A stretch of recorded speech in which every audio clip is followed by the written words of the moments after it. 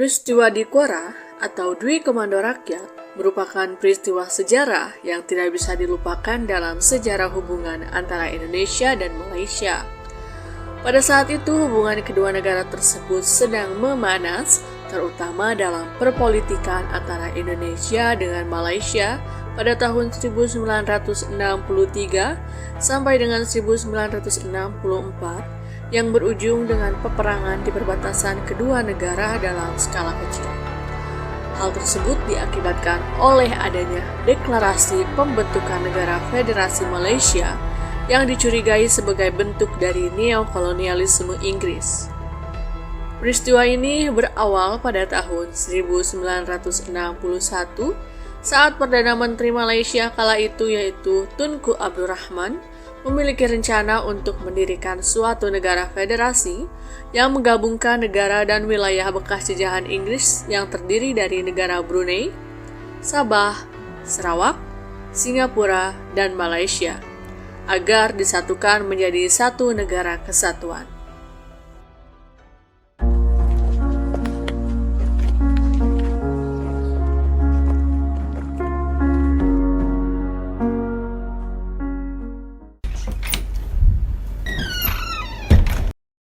Peristiwa di Quora didasari atau diawali oleh ide Perdana Menteri Tengku untuk menggabungkan bekas jajahan Inggris menjadi satu negara federasi, di mana ide tersebut ia sampaikan kepada Perdana Menteri Inggris yang kemudian ditanggapi dengan baik oleh pihak Inggris tersebut. Disinilah awal mula penyebab terjadinya peristiwa Dwi Quora dan tercetusnya Federasi Malaysia. Saya mempunyai gagasan untuk membentuk negara federasi yang terdiri dari wilayah Malaysia, Singapura, Sabah, Sarawak, dan Brunei. Kami rasa pembentukan negara federasi ini dapat meningkatkan kerjasama politik dan ekonomi. Ide yang bagus, kami sangat mendukung gagasan dari Tuan Perdana Menteri Malaysia. Selain itu juga ini bisa menjadi solusi bagi warga masyarakat Singapura yang berkeinginan merdeka sebagai negara wilayah jajahan kami. Ya, betul sekali Tuan. Dengan penyatuan ini dapat menguntungkan kedua belah pihak. Baik, saya akan mendukung gagasan dari Tuan Perdana Menteri Malaysia. Pemikiran ini menimbulkan berbagai tanggapan positif di Malaysia dan juga Singapura. Namun, beberapa golongan, terutama masyarakat dan partai golongan kiri, menolak dengan tegas pembentukan federasi ini. Hal ini juga menimbulkan keraguan di Sabah dan Sarawak, serta Raja Brunei saat itu juga melakukan penolakan terhadap pembentukan federasi ini. Begitupun dengan Filipina dan Indonesia yang sama-sama menolak pemikiran tersebut. Filipina menganggap bahwa Sabah merupakan wilayah mereka dan hal tersebut berdasarkan atas kaitannya dengan sejarah Kesultanan Sulu. Dan yang paling lantang adalah Presiden Soekarno. Presiden Soekarno menganggap bahwa pembentukan negara federasi tersebut hanyalah sebuah proyek neokolonialisme Inggris. Sempat ada pertemuan singkat antara menteri yang membahas mengenai permasalahan ini yang diselenggarakan di Manila, Filipina pada 7-11 Juni 1963.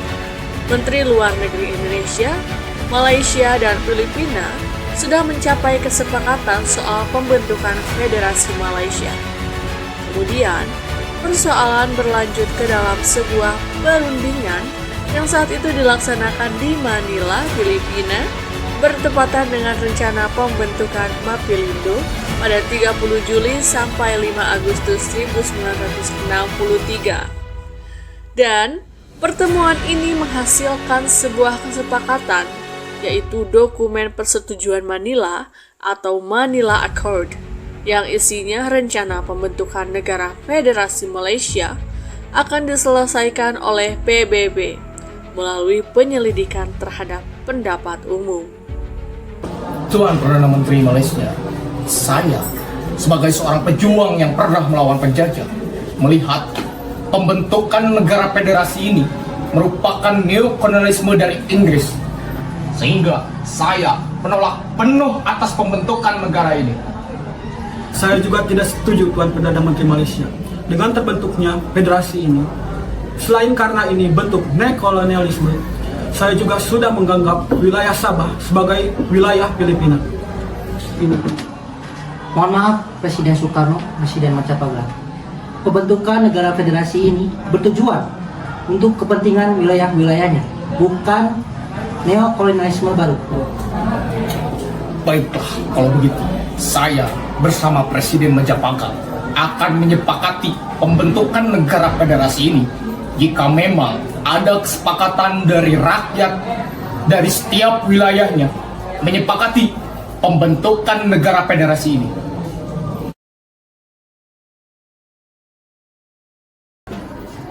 Baik, sekarang kita akan melakukan penandatanganan naskah Manila Accord. Silakan Tuan.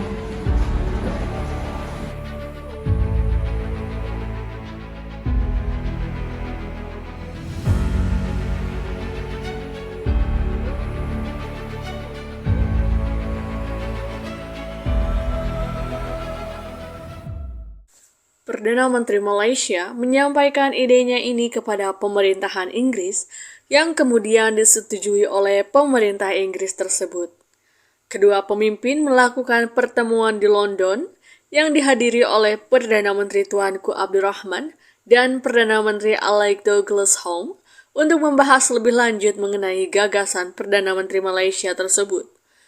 Pertemuan ini menghasilkan sebuah naskah yang berisi persetujuan Inggris terhadap pembentukan negara Federasi Malaysia, dan Perdana Menteri Malaysia beserta Perdana Menteri Inggris melakukan perundingan dalam upaya pembentukan negara Federasi Malaysia. Pada 9 Juli 1963, perundingan tersebut berakhir ketika kedua negara mendatangani Perjanjian Malaysia. Dalam perundingan itu telah ditetapkan pembentukan Federasi Malaysia yang terdiri dari negara-negara bagian semenanjung Tanah Melayu, Singapura, Sabah, dan Sarawak. Kemudian, secara resmi Federasi Malaysia didirikan pada 16 September 1963. Pemikiran ini menimbulkan berbagai tanggapan positif di Malaysia dan Singapura. Baik kepada tuan-tuan delegasi, tujuan dibuatnya perundingan ini agar menyepakati pembentukan negara Federasi Malaysia, dan naskah perundingan ini akan ditandatangani oleh Perdana Menteri Malaysia dan Perdana Menteri Inggris sebagai bukti kesepakatan.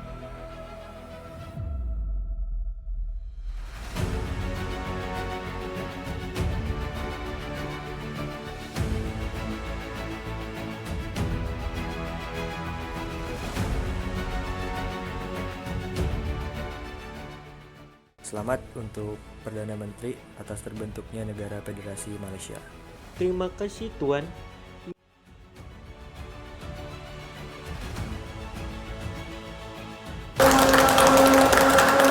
Namun beberapa golongan, terutama masyarakat dan partai golongan kiri, menolak dengan tegas pembentukan federasi ini, dan juga menimbulkan keraguan di Sabah serta di Sarawak.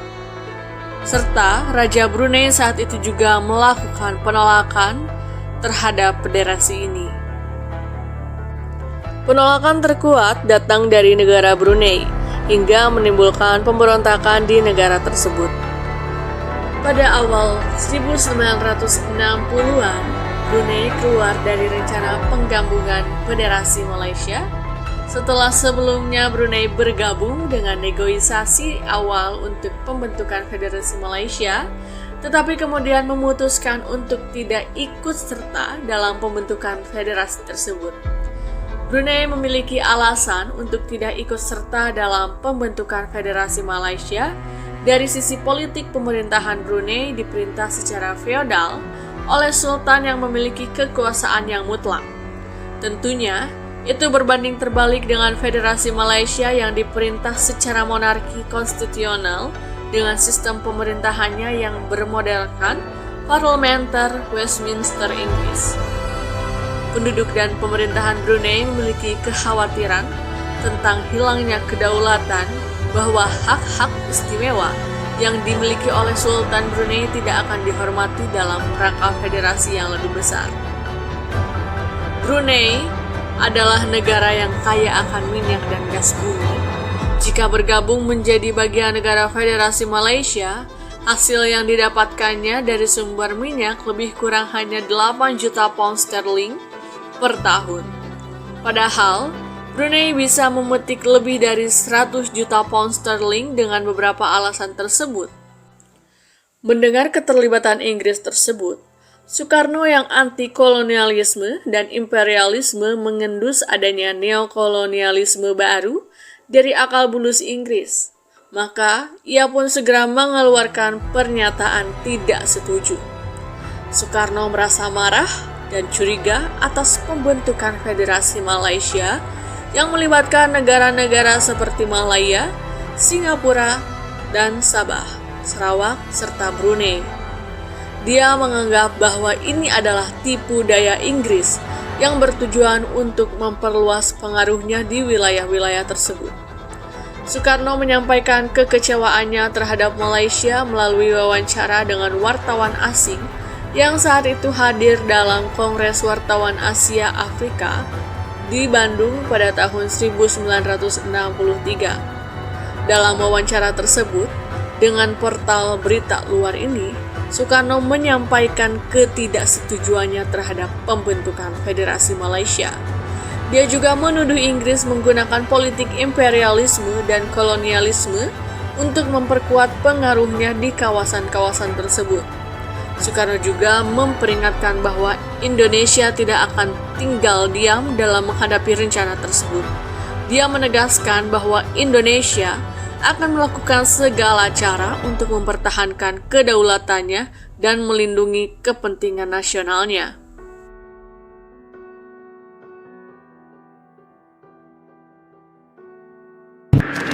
Okay, how did Mr. Sukarno, as a leader of Indonesia, respond to the formation of Malaysian Federation and the perceived British neocolonialism?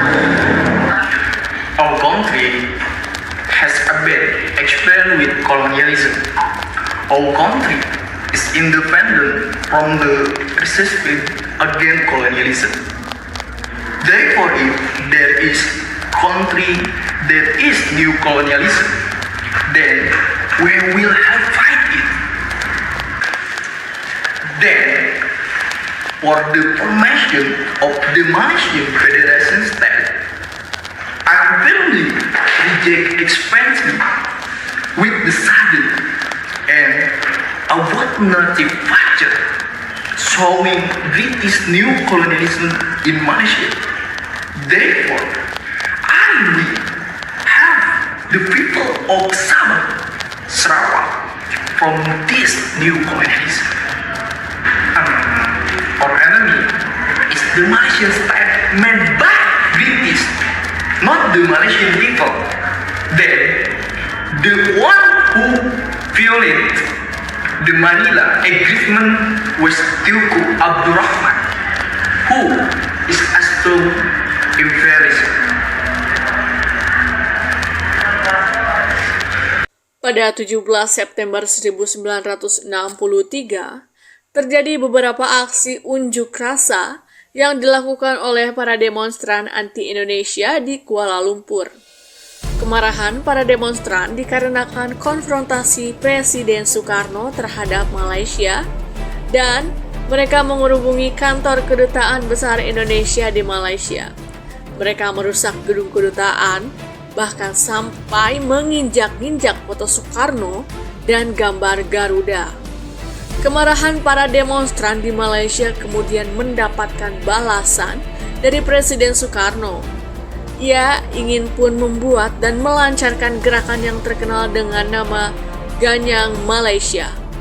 Pernyataan resmi tentang politik konfrontasi Ganyang Malaysia dinyatakan pada rapat umum 11 Februari 1963 yang disusul dengan pengumuman resmi pada 13 Februari.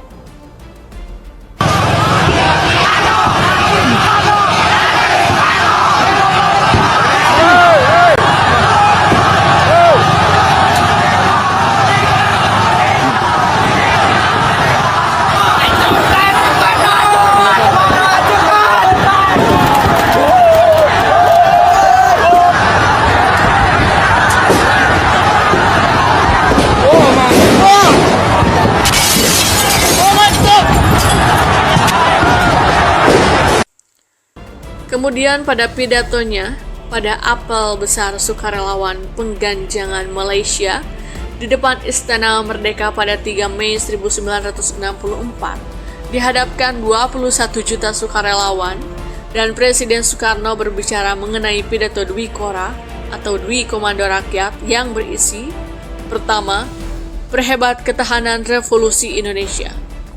Kedua, bantu perjuangan revolusioner rakyat-rakyat Malaya, Singapura, Sabah, Sarawak, dan Brunei untuk memerdekakan diri dan membubarkan negara Malaysia.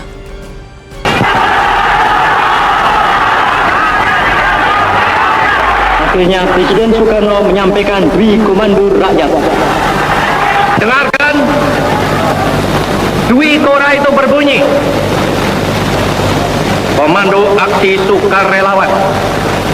Kami, pemimpin besar Revolusi Indonesia, dalam rangka politik konfrontasi terhadap proyek neokolonialis Malaysia yang nyata-nyata merupakan ancaman dan tantangan bagi Revolusi Indonesia. Setelah berulang kali berikhtiar untuk menginsafkan pihak apa yang dinamakan Malaysia mencapai penyelesaian dengan musyawarah secara kekeluargaan Asia, setelah nyata pula bahwa ikhtiar-ikhtiar pihak kita ini ditantang dan dijawab dengan sikap-sikap penghinaan dan permusuhan seperti panggilan mobilisasi umum dan sebagainya. Dengan ini kami perintahkan kepada 21 juta sukarelawan Indonesia yang telah mencatatkan diri perhebatan pertahanan revolusi Indonesia dan bantu perjuangan revolusioner rakyat-rakyat Malaya, Singapura, Sabah, Sarawak, dan Brunei untuk membubarkan negara boneka Malaysia. Semoga rahmat dan taufik Tuhan bersama kita. Demikian Dwi Kora, saudara-saudara. Maksud utama Dwi Kora sebenarnya bukan bermusuhan dengan serumpun bangsa Melayu, melainkan untuk mengusir Inggris, imperialisme atau kolonialisme dari wilayah Asia oleh Melayu itu sendiri, dan membangkitkan semangat nasionalisme, militansi, beserta patriotisme.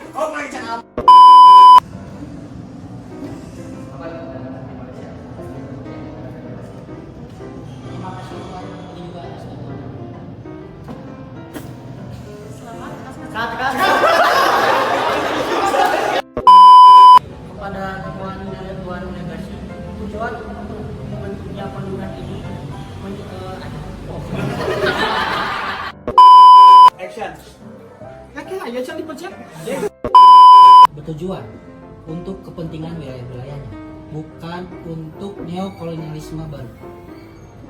Baiklah kalau begitu. Saya dan Presiden Majapahit akan menyepakati kesepakatan pembentukan negara federasi ini. Jika memang rakyat-rakyat yang menghuni